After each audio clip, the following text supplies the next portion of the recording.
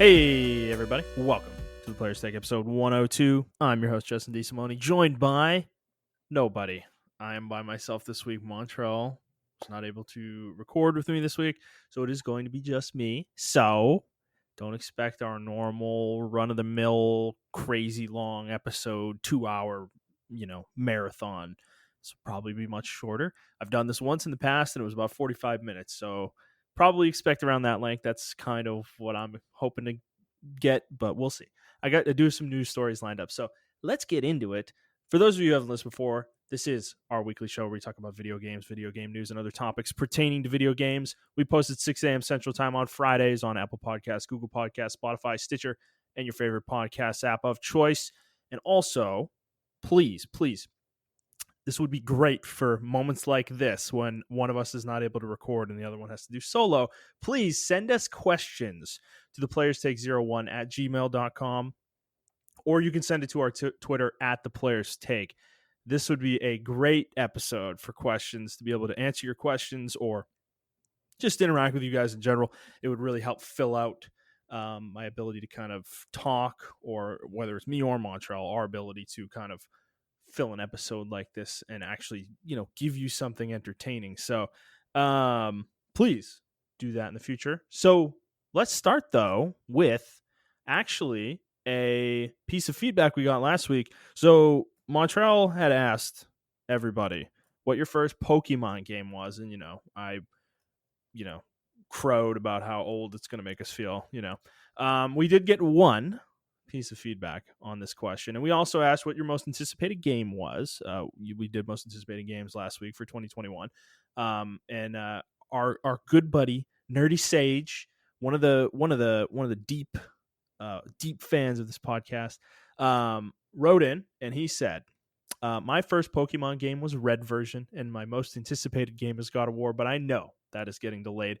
So you have good taste, my friend. Red version, that's the right version to start with. Okay, right at the beginning, the very beginning, the beginning of Pokemon, on the video game version of Pokemon, Red and Blue. Blue was my first version, actually. I didn't start with Red. I was one of the Blue degenerates. I don't even really remember the differences. I just remember now, like, thinking back on this, that Red was the better version, but I don't really know why. I think because the only differences really were the Pokemon that were available in it. There were exclusive Pokemon to each version of the game, and I don't really remember what Pokemon were exclusive to each one, but I think Red had Growlithe in it, and he's a great Pokemon. I love Growlithe. I love Arcanine, and I think maybe I'm getting this backwards. I am getting this backwards. I think Blue had Growlithe and Arcanine, and I love Growlithe and Arcanine, but I think Red had Vulpix and Ninetales that you could catch. I'm definitely mixing those up. I don't know. You can go look it up on Wikipedia, I'm sure, and find out exactly which Pokemon we're missing. But I know the ones in Red were always considered to be the better ones. But honestly, it was really just probably a preference of everybody liked the color Red versus the color Blue. For whatever reason, and they like Charizard more than they like Blastoise, and he was on the cover. That was probably literally the reason why we all preferred Red. But Blue was my first. Red, either one though, good taste. You have good taste, sir. I would also have accepted. I would have also accepted as an answer Silver and Gold. That is a great generation as well. That would have been a great starting point. It also would have set you up for extreme disappointment because no generation has come close to that one ever since. So, and then in God of War, that game highly anticipated. But it probably would be my most anticipated game as well. But I'm with you. I just don't see it. I do not see how this game's coming out. I think I mentioned this last week that there was a CES presentation of all these upcoming games this year that Sony showed, and God of War literally wasn't even mentioned in the presentation. So there ain't a fucking chance in hell this game's coming out. Okay, we've seen no gameplay. We literally saw a title crawl. That is it. That's all we've seen. We haven't even seen Kratos in engine or anything. We've seen nothing. No screenshots, nothing. And they're still saying this game's coming out this year. I just don't buy it. I don't buy it. I'm sorry. Maybe I'm being pessimistic, but I don't buy it. So we'll see on that one. Thank you for writing in, Nerdy Sage. We appreciate you, man. We hope other people will join you soon because, what I just did, that was fun. I really enjoyed that. I hope you enjoyed that too. So the rest of you, please write in with your other stuff. I don't have a specific question this week, but anything we talk about, you guys can write in. We can follow up on a story that we talked about the week before, anything like that. Or if there's something happening in the news that you think we're going to talk about, or even if you think we're not going to talk about it, send us a question in and maybe we'll talk about a topic that we don't normally talk about. You'll kind of engage us in some discussion that we wouldn't normally broach on this show. So really appreciate that, Nerdy Sage. Thank you for the question.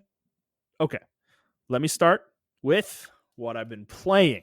Okay, so I've been playing really one thing and one thing only, and that is Persona 5 Royal.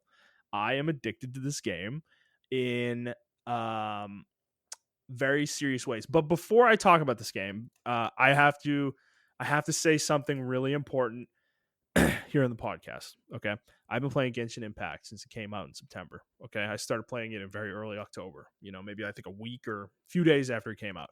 I jumped on that game, and I had been playing it every single day for about 3 months. And I had a big moment. It's actually been a couple of weeks now, to be honest with you. I put the game down. I'm not playing Genshin Impact anymore. It's actually almost been 2 weeks since I last played it. I am recording on Thursday, which is the day before January 28th, the day before we're going to go live. We're going to go live on the 29th, Friday. And tomorrow will mark my 2 weeks of not playing Genshin Impact. So I haven't played Genshin Impact in 2 weeks.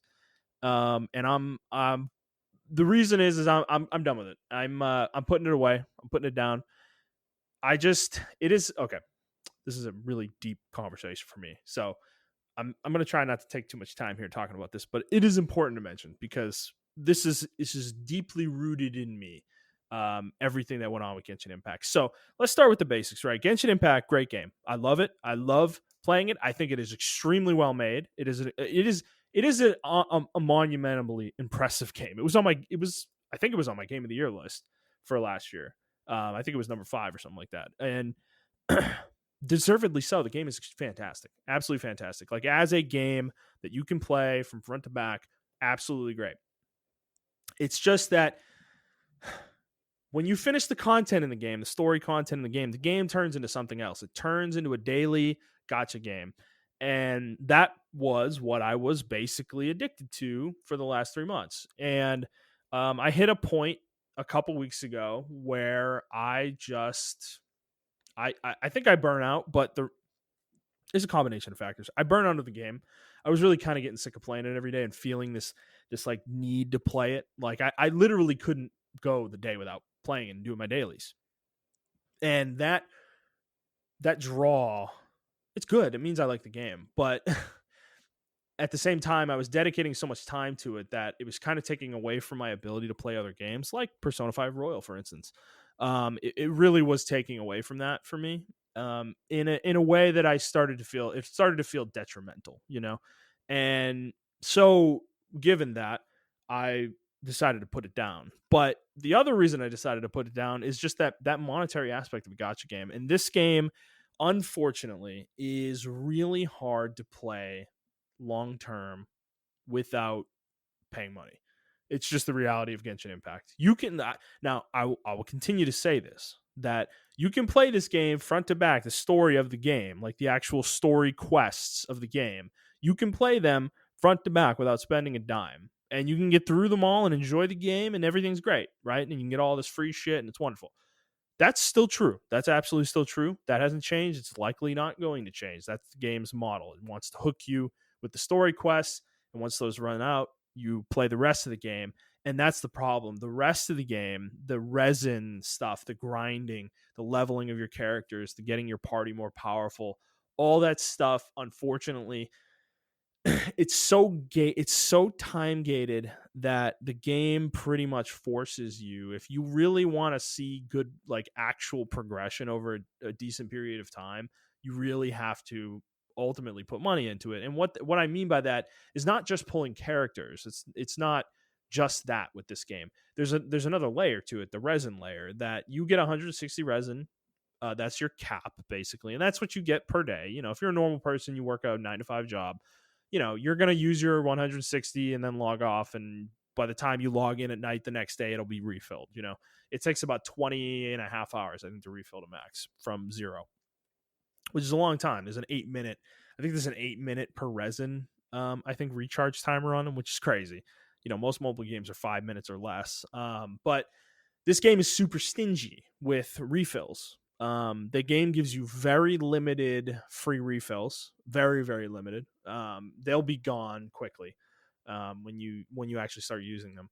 And not only that, but the other problem with it is that you can't, once you use your free refills, all you have left is to use Primo Gems, which is the premium currency you use to roll with. Is to use Primo Gems basically to refresh. And that is kind of the habit I was getting into, is using Primo Gems to refresh, because I just wasn't progressing fast enough on the free-to-play resin allotment, the 160. It just wasn't enough for me. And I made some severe progress actually doing refills. And frankly, if you're going to play that game, I would suggest you do at least a refill or two a day. You get enough free Primo Gems to do one per day. If you buy the $5 Welcome Pass or whatever it is, you get enough to do 2 refills a day, which is basically what I was doing. I was doing about two a day. Depending, some days I was doing 3, depending on how I was feeling, if I really wanted to keep playing. You can do up to 6. So that's the other part about it, is you can't even do it forever if you have unlimited resources. Like if you have unlimited money, there's a cap. You can only do it 6 times. And the other problem with this is that it goes up every time you do it. So the first time it's 50 Primo Gems, the second time it's 100, the third time it's 100, the fourth time it's, I think, 150, and then the fifth time it's 150, and then the sixth time it's 200 or something like that. So it adds up. It's a shitload of Primo Gems every day. Like that is a lot. That's days worth of saving, using to do all those refreshes. So to do more than 2 per day is expensive. It starts to eat away at your Primo Gem, count. But that's the problem. The game is balanced in such a way that it's designed to drain your, it's designed to drain your like willpower, to the point where you're like, you are so sick and tired of not being able to advance because you do so little every day, because your resin is so limited, that the game is trying to get you to do refreshes, not just pull characters. That's not the only way they make money in this game. The buying Primo Gems to refresh is a serious strategy in this game, and it is really effective. Actually, it's extremely effective. Like I said, I made severe progress doing it in about a month period, but it got to the point where I just, between that and then pulling for characters, I just, for some reason, I don't know why, this game, I mean, I just have a weakness for gacha games at this point. It just is what it is. But I couldn't resist pulling characters in this game. I wanted the new shiny character. And it was, I mean, at a certain point, I was thinking to myself, okay, I don't have this role in my party, like this character, I kind of need it, right? And that's what you convince yourself. And then eventually you kind of realize that, like, you don't really need any of these things, but it's like I couldn't stop myself from rolling. So I just had to walk away. I walked away, and I'm done. I'm done with the game. I will probably come back at some point in 2 years, when there's a shitload more content to do, and I'm going to play the game for like a month or a month and a half straight and probably lose myself to it again at some point. But I'm going to just be gone for a while, because I can't play this game constantly. If I mainline this game as the way I was, I'm not gonna never play anything else, but it just really restricts my ability to play other games. Like, because I'm dedicating at least an hour a day to it, and sometimes it's 2 hours or 3 hours, and it's like that adds up over time, man. That's time that I could spend playing other games, and then that would allow me to play a multiplayer game for an entire night or something like that. It's like, it's just, I was losing my ability.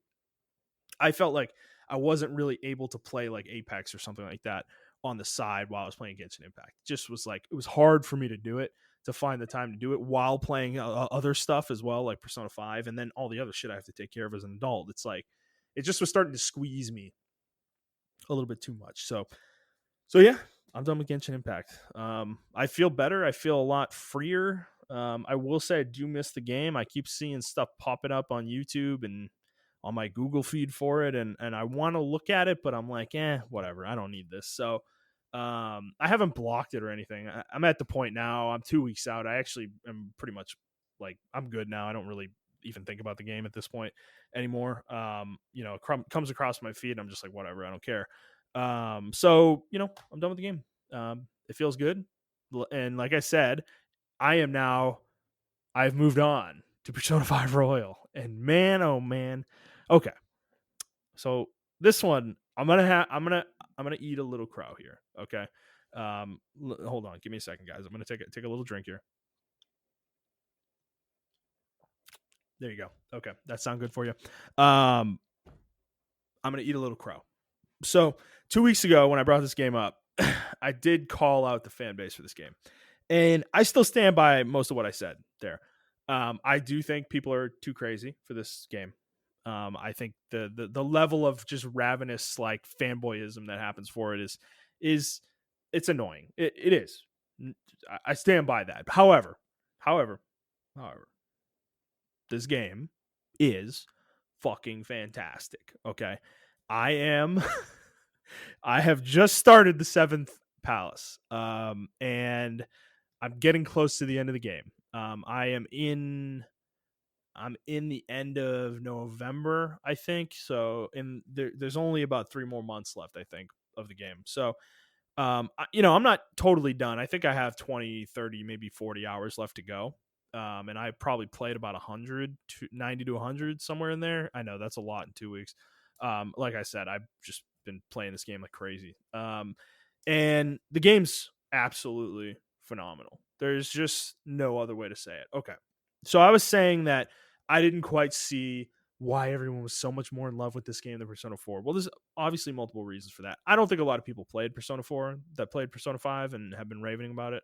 I'll be honest. However, having gotten deeper in this game, and I'm like I said, close to the end now. This game is unequivocally better than Persona 4. It's like not even it's not it's close. It's really not that close. Like Persona 4 is a great game. It's a really good game. I still like it a lot.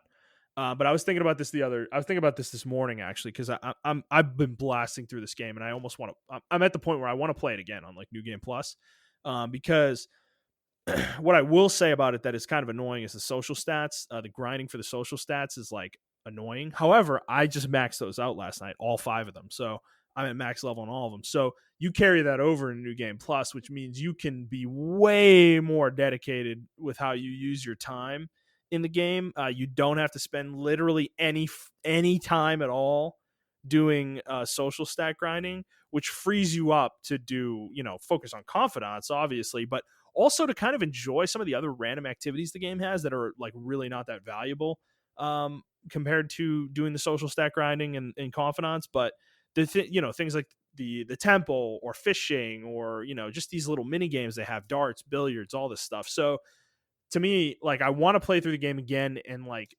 experience it without having to worry about social stats, so I can really maximize all the other parts of the game, that the game has, like all those little mini games and things like that you can really take advantage of without having to grind for social stats. So that's where I'm at though. I'm literally playing this game and I'm about to beat it, and I'm sitting here really, really considering playing through it again, like back to backing this game, play through 1 and play through 2. And I don't think I'm gonna do it. Like I'm really not the guy who plays through a game twice back to back. I just don't do that kind of thing, especially since I started this podcast. It's hard to justify the time investment for that when I feel the need to play other games for the show to talk about them, so to expose people to other games, and my opinions on other games, and spending 2 months playing the same game, is a bit much. Ironically, I say that after playing Genshin Impact for 3 months, but I was playing other games in there besides Genshin Impact. So it's not just that, but part of it too for me is like I just play a second playthrough feels like there's diminishing returns to the enjoyment, right? However, Persona 5 Royal though, this game is so good. This game is so good. The story is so enjoyable that I really almost want to play through it again with that different perspective and see those like little things that you don't notice the first playthrough, because you don't know everything, right? You don't notice when this character says this thing. Oh fuck, that was like a foreshadowing, to something, and you didn't realize it the first time because you didn't even know who that character was or what they meant by that or whatever. Um, but that's where I'm at with this game. I'm so over the moon about it, and like I said, I feel fortunate that I was able to hold off my desire to play this game until Royal came out, because I do feel like that that this royal version has added enough that it was worth waiting for. I haven't experienced the third semester yet. However, there are additions that I have experienced, like added characters that weren't in the original version of the game, and they do enhance the game. The two confidants that they added are very good, and I really like the characters that they added, and also a lot of the added personas in the game are really cool as well. So there's a lot that was worth it in Royal. And this is the definitive version of the game for sure. The most worthwhile version. So going back to the Persona 5 versus Persona 4 thing, that's where I want to eat crow, right? I get why you're all so crazy about this fucking game. I get it. Okay. I'm crazy about it too. I think the thing that I get annoyed about though is just the like battering that people are given sometimes for having a disparate opinion about Persona. That it's like, oh, you didn't like Persona? Oh my gosh. How do you? Oh, what? Do you even play video games? Like, guys, calm down. Okay, the game's great. The game is truly phenomenal. Okay, but I can understand why somebody wouldn't like it. Okay, if you don't like turn-based JRPGs, which actually, funnily enough, I am one of those people. But if you don't like traditional turn-based RPGs, you're not gonna fucking. Why would you like this game? Okay, like the part of this game, the hook that this game has is the aesthetic and the style of it. That's what the hook is. The actual gameplay is fucking boring as shit. It's really not that. It's not that interesting. It's just that it's flashy. It's flashy enough that it distracts you from how boring the actual gameplay is. Turn-based JRPG combat sucks ass. Like it does. It just does. And there's a lot of people who really enjoy it. I'm not one of those people. But Persona's flashy enough and interesting. At least it's deep enough, just deep enough and flashy enough that I can tolerate it for a long period of time. Most of the time, I peter out on these kind of games. And frankly, Persona 4 was one of those games. I didn't fully beat Persona 4. I got to the very final dungeon in that game and put it down because that game gets fucking wild and crazy at the end. And there's, I don't want to spoil it. But this game, I think, seemingly does the same thing. I am going to find out. But there's some things that happen are just like, huh? Like the game makes a ton of sense for like 90% of its runtime, and then all of a sudden it's just like this thing comes out of nowhere, and it's like, oh, this is the final boss. It's like, okay, great. So that's kind of why I didn't finish that game, but. Persona 5, I'm feeling differently though about. The game is like the characters are so freaking likable in this game, and everything about the game is it just oozes creativity that I can't put it down, man. I can't put it down. I'm doing this podcast right now, and I legitimately cannot wait to go play after I'm done. I really want to finish this game soon. I don't think I'm going to finish it by the time we record next, but I'm gonna get damn close. That's kind of my goal. So. I do want to get through this game soon because Neo's coming out. The Neo 2 like remaster or whatever collection is coming out in a couple weeks. So I don't have a ton of time here. I do need to finish this. So, however, the game itself though, Persona 5. Oh my gosh. Persona 5 is just so good, man. Like I think that the thing about this series that is so awesome to me is just how like unique it is in the realm of video games. Most games just that there's a derivative nature to video games at a certain point. It's like open world game after open world game. Even a game like The Last of Us 2, it's like it's not that unique of a game. The technical achievement of it is really what makes it so impressive. It's not the gameplay is not really unique. The mode of showing you the story is really not that unique. It's like it's just not the structure of it's not unique, and the gunplay is not unique really. So Persona, on the other hand, is like there's really nothing else like it in video games. There's a few copycats here and there that like try to sort of ape this formula. I think like Trails of Cold Steel is kind of one of those. But that they don't get close to this. The level, this game is like on a level, this series really in general, and this is to Persona team's credit, man. They don't fucking miss. Like I don't remember the last time they missed. It's gotta be over 20 years ago at this point, or almost 20 years ago. Cause like, dude, Catherine was great, Persona 4 was great, and from everything I know, Persona 3 was great, you know? And before that, well, I actually don't know what they made before Persona 3, but we're getting into like early 2000s territory with that. So that's kind of what I'm talking about.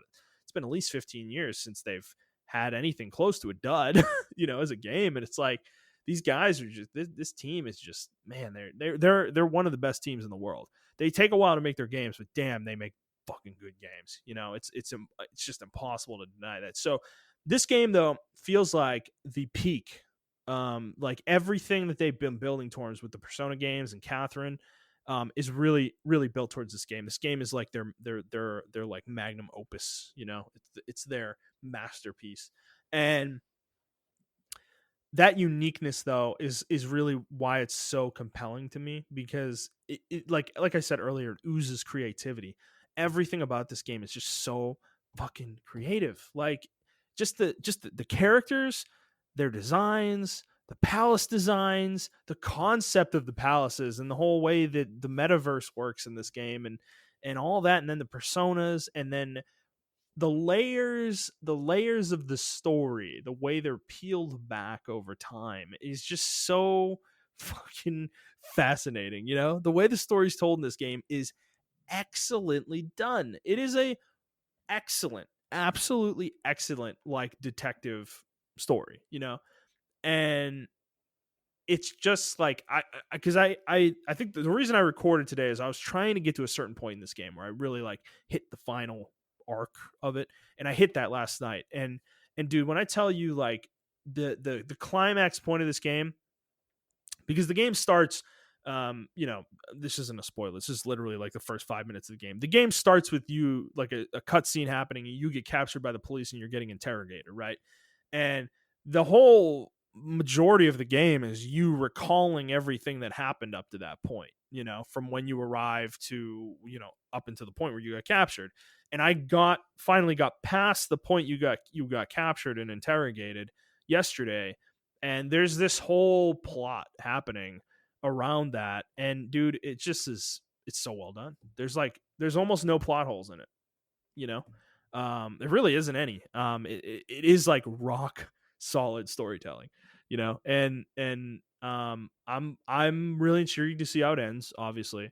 And I don't know, it's just like the pieces were laid in such a phenomenally interesting way, you know. And that's, I don't know. This game's just super compelling, man. It really is. It's really hard to like put it into words. I don't know. I mean, whatever. If you've played it, you all know what I'm talking about. You know how good this game is. So, if you haven't played a Persona game, this is definitely the one to start with. I don't really see a reason to play the other ones. You know, 4 Golden might be worth giving a shot. That game is very different from this one in terms of its plot. It's a lot more self-contained and intimate. That is one thing I do miss about 4, is that game really was intimate, whereas this game, on the other hand, is like almost global in its impact. The story is very far-reaching, and there's a lot of kind of periphery stuff happening. Like everyone kind of knows what you're doing, you know. It's a lot more publicized, I guess, what you're doing, versus Persona 4, where it wasn't really nearly as much. So, because you were kind of just like in a, I don't remember the name of the town, but you were in like a rural, almost like a rural town, you know, in Persona 4. It was not, you're literally in Japan, like in Tokyo in this game, you know. It's like so yeah. Persona 5 Royal, really great game. Highly recommend it. I'll have more to say next week, I think, once Montrell's back. You know, and we can kind of go back and forth on it. But man, I just what a great game. Atlas, my hat is off to you. Persona team, my hat is off to you. You guys, this is one of the highest quality games in video games. Period. There's like no question about that to me. This rivals Xenoblade Chronicles. Like that's how good it is. And yeah, one more thing about the structure of it and the uniqueness of it. The whole daily structure of like spending your time on certain activities, and you're doing that day after day after day. The game is just like so fun in that regard, and there's so many like fun moments where like the team like goes on vacation somewhere, and it's like a few days that you kind of spend on vacation, and all these things happen, and it's just there's a lot of fun moments in the game too. So and the characters, like they're all great. I know I did express that I don't like Ryuji, and I still don't like Ryuji. I will say I've softened on him a bit here towards the end, but a lot of the party's problems can be traced back to Ryuji doing something really fucking stupid. And that is true for like literally the first fucking 5 palaces. It's like to me it's like almost like a meme how stupid he is. Like he just does dumb shit. He talks about he just talks about the Phantom Thieves out in the open, like literally in the middle of public, like screaming about it, fucking like where everyone can fucking hear him. He just doesn't try to like, and it causes the party so many issues. And it's like at a certain point in the game, I was hoping they would throw him out because he was just such a idiot. So I still don't really like Ryuji, but he is a little bit more tolerable here towards the end of the game. He got mitigated because he's not like the primary focus anymore. Like there's like literally like 9 characters or whatever in the party. So there's a lot of spotlight taken off of him. But otherwise, everyone else, though, I really like everyone else. I will say one of the last party members you get is a little weak. She is not super fleshed out. And I mean, that's natural given when you get her. She's, one of the last party members. So it's just, she's not, I don't know. She's not the best one. So she's not terrible, though. Not going to say that. But so yeah, really enjoying Persona 5 Royal. I'll have more to say once I finish it next week. Also been playing a little Apex Legends. Still enjoying that game. We got season 8 coming soon. I think next week actually. So I will be more than likely playing that quite a bit actually once that comes out. I'm really looking forward to that. There's supposedly some sort of anniversary event happening where it's going to be a big blowout of skins and all this shit, and they're bringing old skins back potentially, and we might be able to get an heirloom in this event, like a pick your own heirloom, not one where you have to they make a new one and you get that one. No, they might be giving us heirloom shards and we get to pick whatever one we want. And fuck if I'm not going to say I might actually spend money on Apex Legends for the first time because I really, really want the Wraith heirloom. She has this like kunai that she flips around or whatever, and I really want it. So if I can reasonably get that, I might put some money into that. So, but looking forward to that. So I'll have some thoughts on that once that comes out. And otherwise, I wasn't going to bring this game up, but I kind of changed my mind actually talking about Persona 5 and everything. This is a PlayStation Plus game here for January. You're going to have very little time to get this when you hear this, but it is Maneater. So this is the open world shark RPG where you literally play as a shark in the New Orleans Gulf, in the bayou. You play as a shark and you get to swim around and you're a shark. You eat fish, you eat alligators, you fuck up turtles, man. It's a weird ass game. It's a weird premise, but man, it's just a fucking video game. It's one of these games where it's like it's just this wacky premise and they just kind of run with it. And the game is really just pure fun.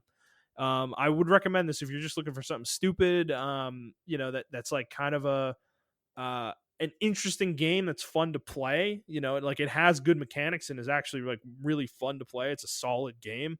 And if you like the idea of being a shark in the bayou and just running around, and eventually you will fight humans and eat humans and scare humans at the beach and stuff like that, and that's like part of the game's storyline and everything like that.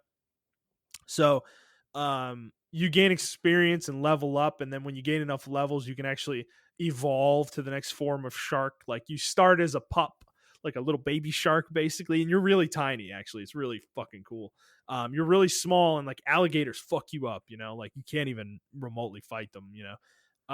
But you gain a few levels and then you upgrade and you go to your teen form. You're like a teen shark now, and now you can fight alligators. They're a little tough.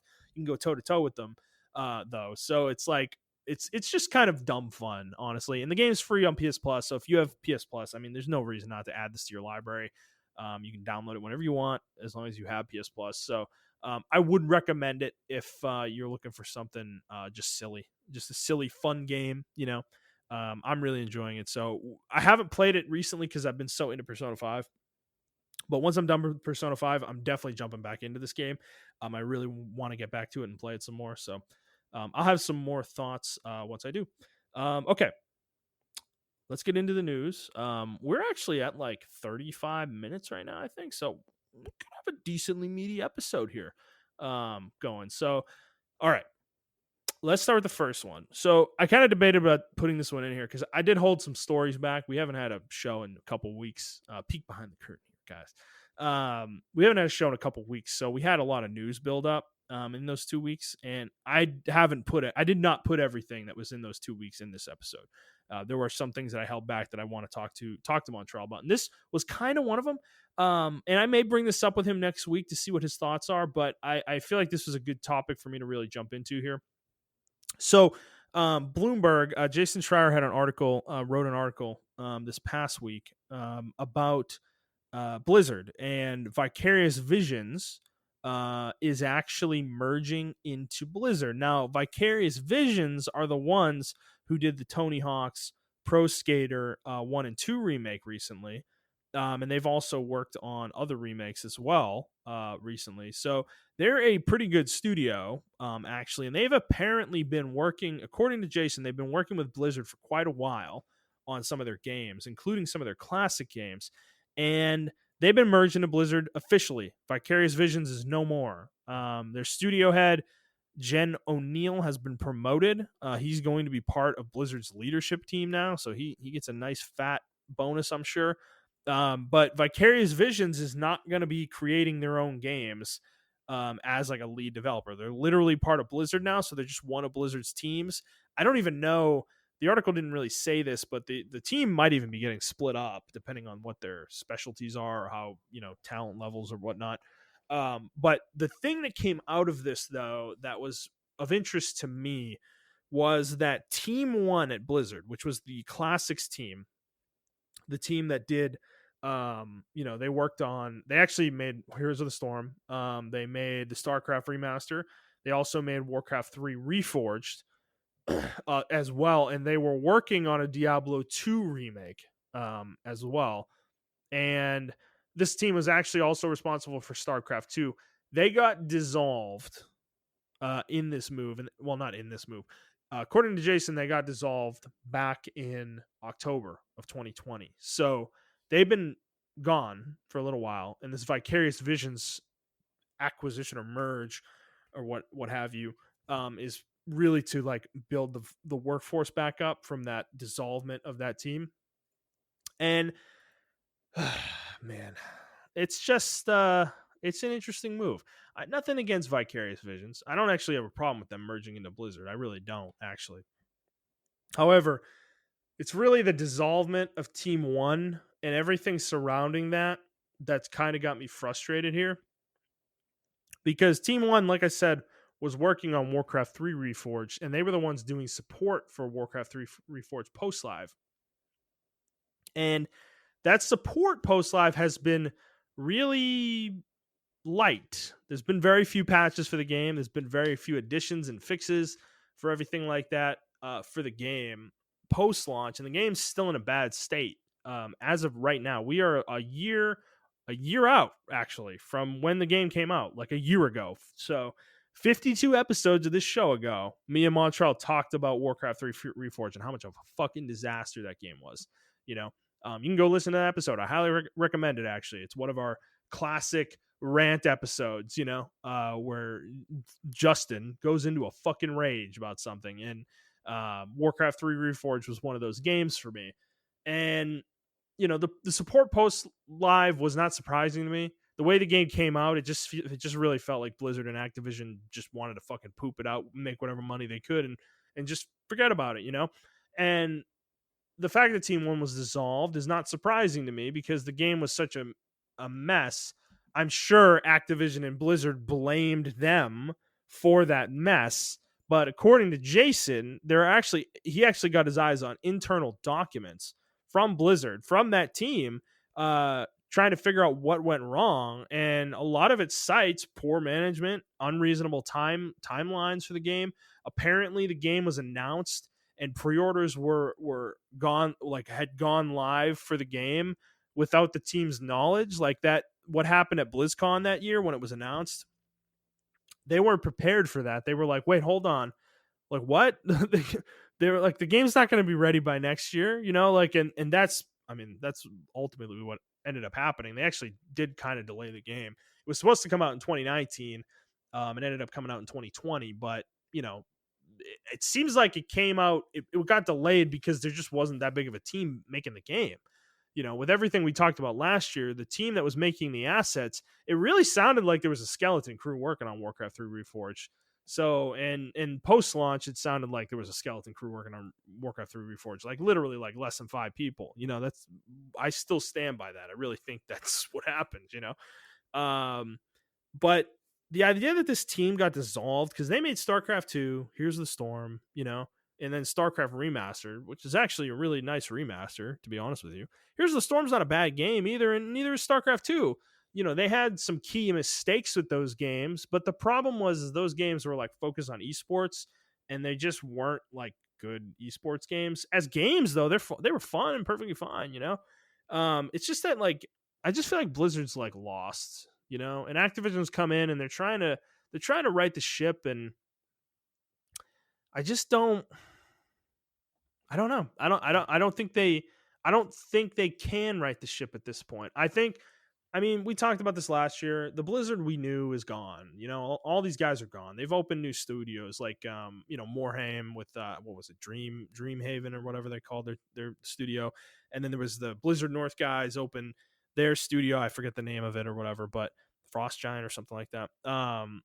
But the rest, a lot, there's some other Blizzard vets, I'm sure, still at the studio, but they're so disparate at this point. And they've talked about how so many of their teams or some of their best developers are working on mobile games right now. And it's like, man, dude, is that where we're at with Blizzard? We're gonna get an Overwatch 2 that no one really wants. Diablo 4 is really the only game they're working on that anyone's probably really excited about as like a video game. Shadowlands is doing fine, but that game is, WoW's time is not going to last forever. At some point that game will probably get shut down or go free to play, and support for it will probably be severely cut at some point in time, I'm sure. But for the rest of it, what is it? Mobile. We're gonna get a bunch of mobile games. I mean, we got the Diablo Immortal coming, and supposedly, that the game actually, is pretty good. It's just we don't know how bad the microtransactions are. But the thing is like I'm gonna tell you right now, the microtransactions are gonna be horrible. They're gonna be terrible. The game's gonna be absolutely gated around the microtransactions. It's like there's no way around that. You'll be able to play the game for a while without using the microtransactions. That's how they all work, and then eventually you will hit a wall where you will need the microtransactions to progress in any reasonable way. That's just the way these. It's just like I was talking about with Genshin Impact. I'm sure that mobile game is going to be the same way, and all these other mobile games that Blizzard's working on, I'm sure are going to be similar to that. Like, why wouldn't they? There's no reason for them not to be. Like, they're mobile games. Who cares? Like, just throw whatever microtransactions you want in. I'm sure that's Activision's way of looking at it. And Activision even just reported recently that, like, I think over half of their revenue is from mobile. It's fucking nuts, dude.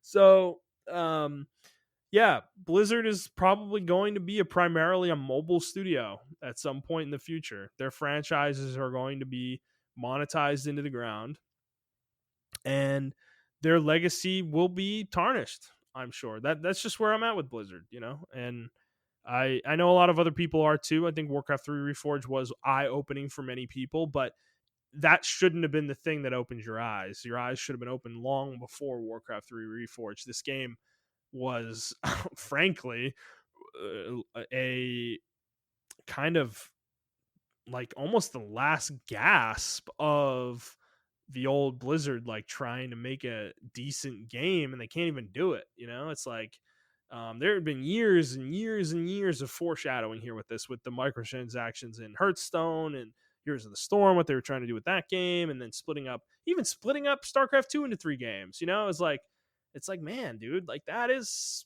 been going on for 10 years, 10, almost 15 years at this point, ever since they merged with Activision. So it is what it is. It sucks, but there are other studios I can look to for great video games. Like I said, Persona Team, Monolith Soft. There's a lot of other teams a lot of other studios I can look to, a lot of other franchises I can look to. It sucks. It does make me sad, but I'm at this point, I've kind of moved on. I haven't gotten a Warcraft game that I truly enjoyed in 15 years, to be honest with you. And I'm not gonna get one. I just, at this point, I'll probably still check their stuff out. I'm not kidding. I'm not kidding about that. I probably will check their stuff out. I mean, I'm still like enough of a degenerate to probably do that, you know. But Diablo 4, I am genuinely interested in and seeing what they can do with that. For sure, how it's monetized will be interesting because I just don't believe there will be zero microtransactions in that game. I really don't believe that at all. But we'll see. Benefit of the doubt, we don't know. So, and I want to see it too. I want to see how it plays in the systems, because in terms of gameplay, Blizzard is still really good at that.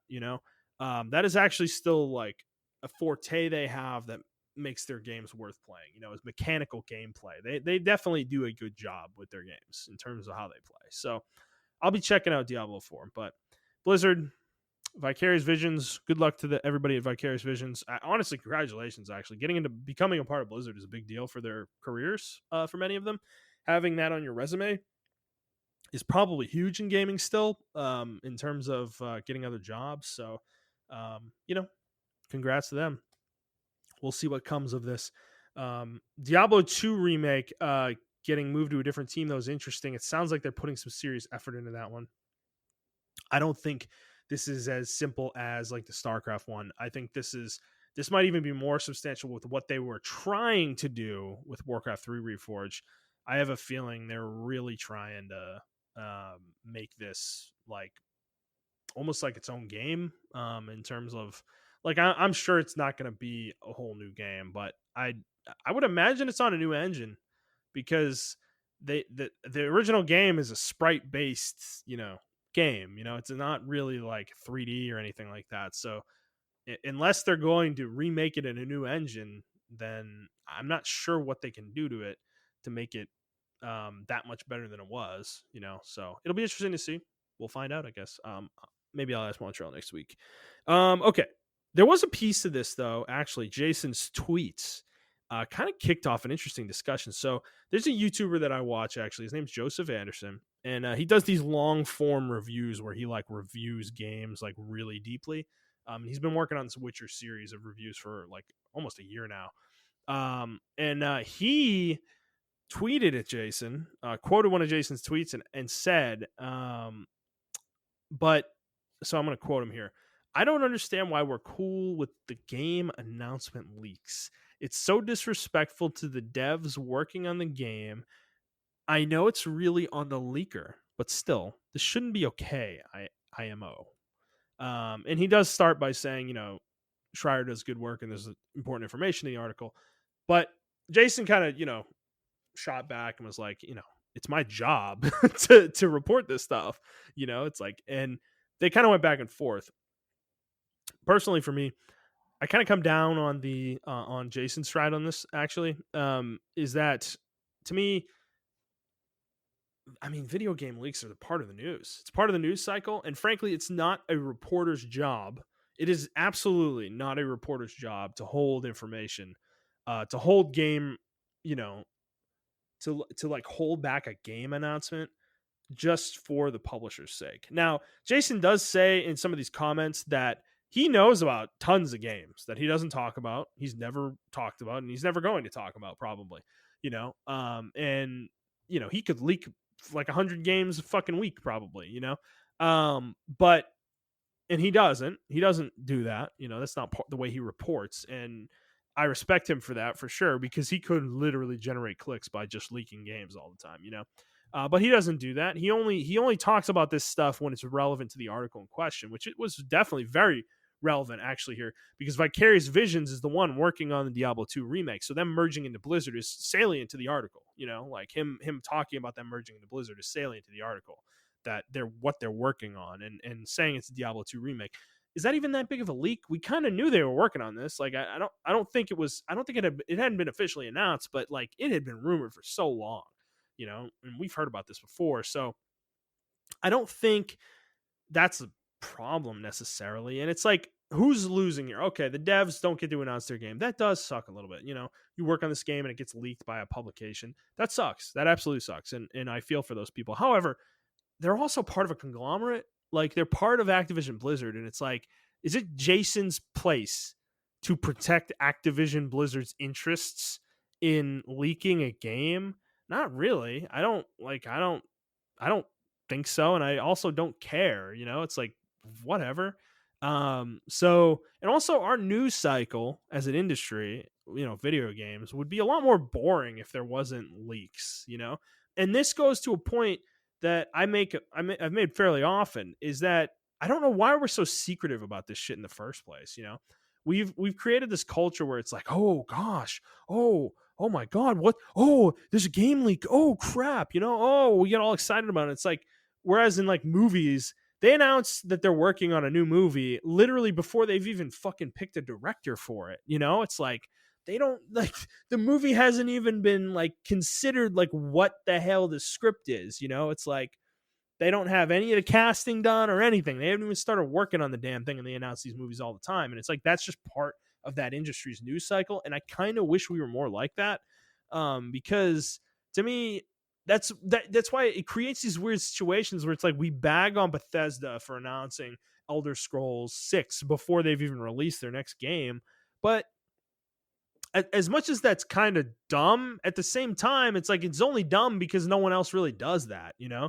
Like they don't announce that many games, so it's like they don't announce games that well in advance, rather. And it's like, if more companies did, it really wouldn't matter that much. It wouldn't be that big of a deal. So I don't know. To me, I don't really think there's a need for reporters to protect these companies and not reveal their games. I think the idea of saying that it's disrespectful to the devs, I get the sentiment, but at the same time, I mean, I don't know. I don't feel like it's disrespectful, is really where I stand on it. I don't think it's disrespectful to anybody, really. It's not Jason's job to protect this information, you know. It's like, do we say that about government leaks or anything like that, or leaks, you know, behind the scenes of companies doing things? Like, no. You know, it's like we don't really do that with that. So why would we do it here? You know, I don't know. It doesn't make sense to me. So I thought it was an interesting discussion, though. Interesting to talk about. So, all right, let's move on. I got a few more stories to get through here. This one's a small one, but I just wanted to bring this up for any of you interested. So Ninja Theory had been, this is one of Microsoft's studios, first party studios. They have been working on, they actually released Bleeding Edge, which was their team based third person multiplayer competitive like battle arena game. I don't even know what to call it, frankly. They released it last year, but they just announced yesterday that they are done. There's going to be no more updates on this game. And they said that they are now focusing on new projects: Senua's Saga, Project Mara, and the Insight Project, which that's 3 different projects. So the game's not going to be getting any more content developed for it. There may be some bug fixes here and there potentially, but no more new content. The game will still be playable on PC and Xbox for however long they decide to keep the servers live. So I mean, this is a minor story, but I really brought this up because me and Montrell called this from like a mile away. We've mentioned many times, we don't understand for the life of us why the fuck this game was greenlit, you know? And it may have been in development prior to Microsoft's acquisition of Ninja Theory. That's absolutely possible. and honestly, maybe it was that, and Microsoft didn't want to be the ones coming in and being like, oh, we're purchasing you. Oh, what the fuck is this game? No, don't make that, and like shut the game down. They didn't want to probably do that. That probably would have put their relationship immediately in a bad spot with Ninja Theory, if that's the case. But um, so they just kind of let the game die a natural death, which it was very quick. So, in and out, I guess. But if Microsoft did greenlight this game, though, I really question their judgment, because this game was doomed on arrival. There was literally no interest in this game. Nobody cared. Like, it looked kind of interesting, maybe. If I had infinite time and could play every video game, I would probably check this out, somewhere closer to the middle of my list than I would at the end, but I don't know. It was kind of a baffling game for a team like Ninja Theory 2 that kind of has gotten famous off of Hellblade, to make a multiplayer game off of that it's kind of a weird move. So not surprised here by that one, but sad nonetheless. For anybody who was playing that, you will still be able to play it. So I guess that's good. But all right, next one. December NPD numbers. So this came out like literally a day after. Actually, I think it was 2 weeks ago from when this podcast goes live, basically, is when these numbers came out. So here we go. We got some big numbers. So total video game sales up 25% from December 2020 to December 2019. So for December 2019, it was 6.184 billion for December 2019 versus 7.702 billion for December 2020. That's, as I said, 25% increase. Video game hardware up from 978 million in December 2019 to 1.35 billion in December 2020. And then video game content, this is physical and digital full game DLC microtransactions, 4.732 billion in December 2019, up to 5.806 billion in December 2020. That is a 23% increase. And then video game accessories, 474 million in December 2019, up to 546 million in December 2020, up 15%. This is no surprise. Nobody should be surprised here. I mean, we got new consoles. We got a new console generation. Hardware is going to be way up, given that. Not a huge surprise there. Total video game sales continue to just soar. It's absolutely crazy. I am going to be interested to see how numbers compare year over year once we start getting to March and April, like the beginning of the pandemic, like a year out from the beginning of the pandemic. We'll be interested to see those numbers here soon. But let's see for top 20 for the month. By the way, I don't do this often, so I do need to start doing this. This is from VentureBeat. We're not getting this from MPD directly. Obviously, you have to pay for MPD. So VentureBeat is great. They do this every month. They put this list together and they kind of distill the important information for us. So that's where we get this. So this is from VentureBeat. So game number one for the month, Call of Duty Black Ops Cold War. What a surprise. It's second month on the market.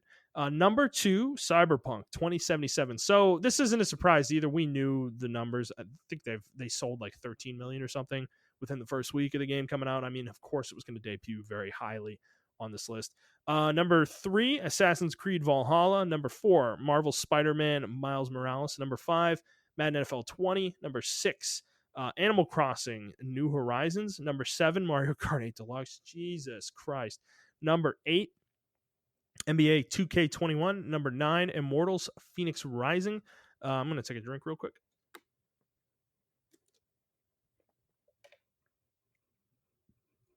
Thank you for bearing with me. Number 10, Super Mario 3D All-Stars. Number 11, Super Smash Bros. Ultimate. Number 12, Just Dance 2021. Number 13, Hyrule Warriors Age of Calamity. Number 14, FIFA 21. Number 15, New Super Mario Bros. U Deluxe. Number 16, Super Mario Odyssey. Number 17, The Legend of Zelda Breath of the Wild. Number 18, Super Mario Party. Number 19, Ring Fit Adventure. And number 20, Mortal Kombat 11. Hanging on there at number 20.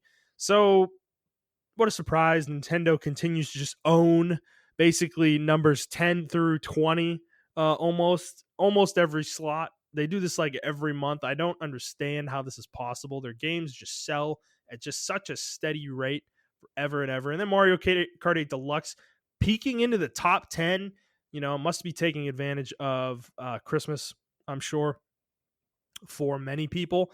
But Cyberpunk at 2, like I said, no surprise. Assassin's Creed continuing to sell strong. Spider-Man continuing to sell strong. Madden, of course. Animal Crossing jumped a couple spots, actually. Went from 8 to 6 from November to December. So that was big.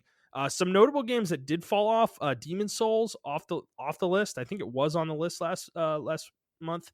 And then I'm trying to think of other ones. Let me think. Watch Dogs isn't on this list anymore either, and that only came out in October. So that game kind of fell off quick. Mortals Phoenix Rising debuting at 9.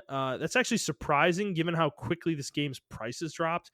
Ubisoft must have had higher expectations for it than probably is reasonable, given that, because number 9 on this list is not anything to slouch at. I mean, that's like it's like one slot under MPA 2K21. So, what we don't know is obviously the number of units sold at each slot. So, there could be literally millions of difference between 8 and 9, but we don't actually know that. So, what else here we got? So let's see, top 10 best-selling games for the year.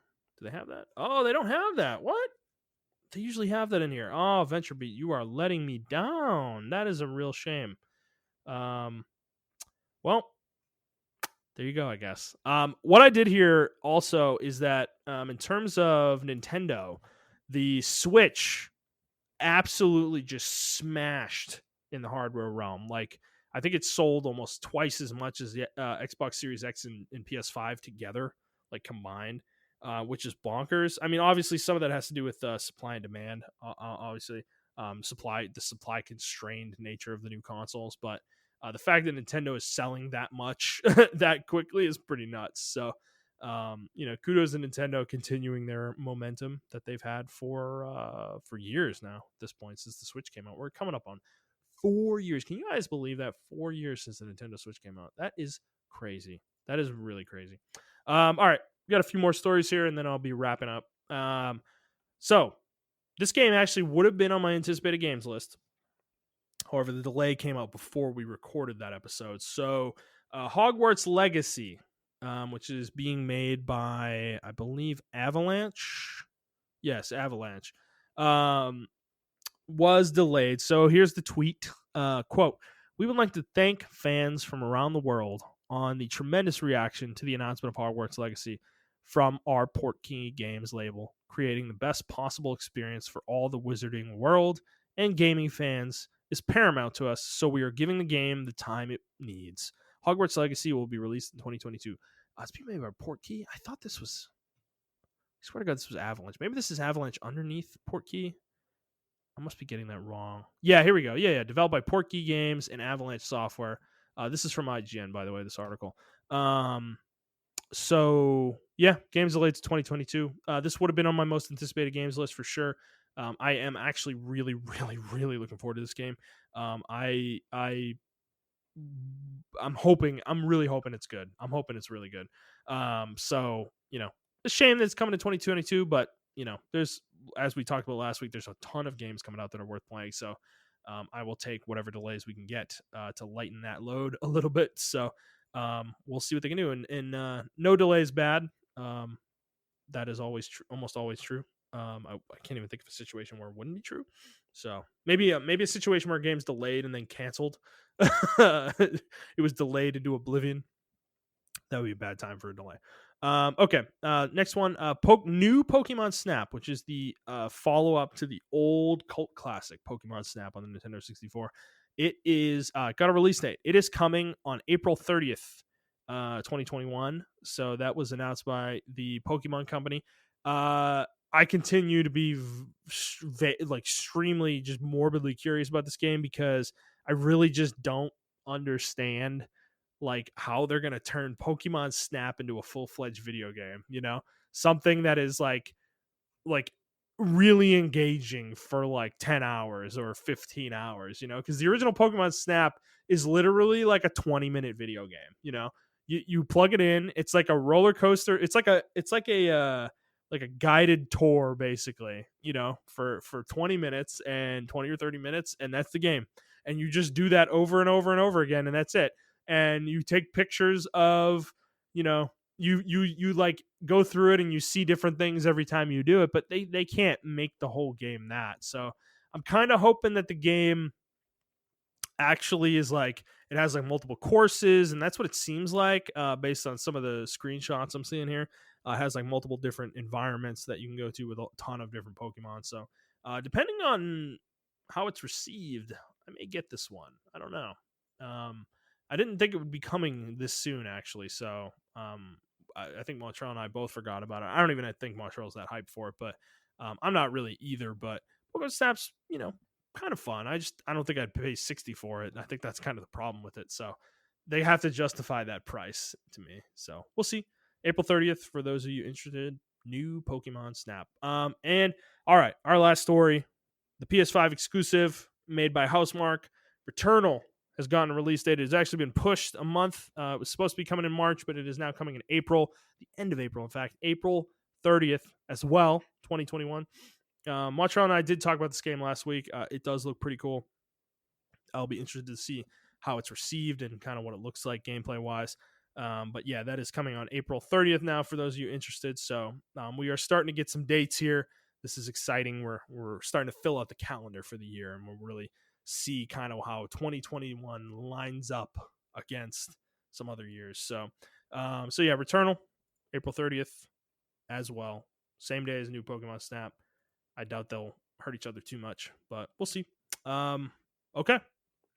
Well, that's all I got for news, guys. Like I said, it was just me this week. I hope you enjoyed me ranting for an hour. Montrell was not here, so I was a little bit more kind of, kept under wraps.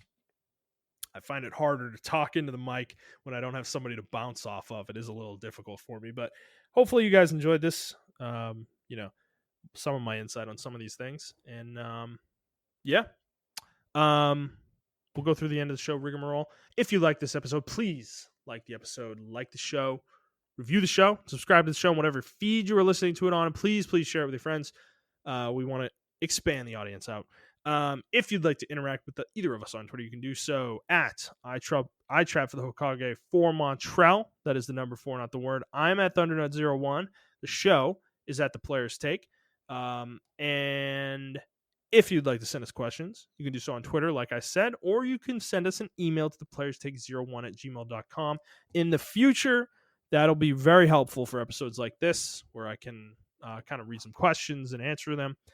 Do kind of almost like a Q&A session at some point as like a segment in the show. We want to do that normally week to week as well. But whatever questions you can send us, that would be great. So, all right. Hope you guys enjoyed this episode, and we'll see you in the next one. All right. Bye.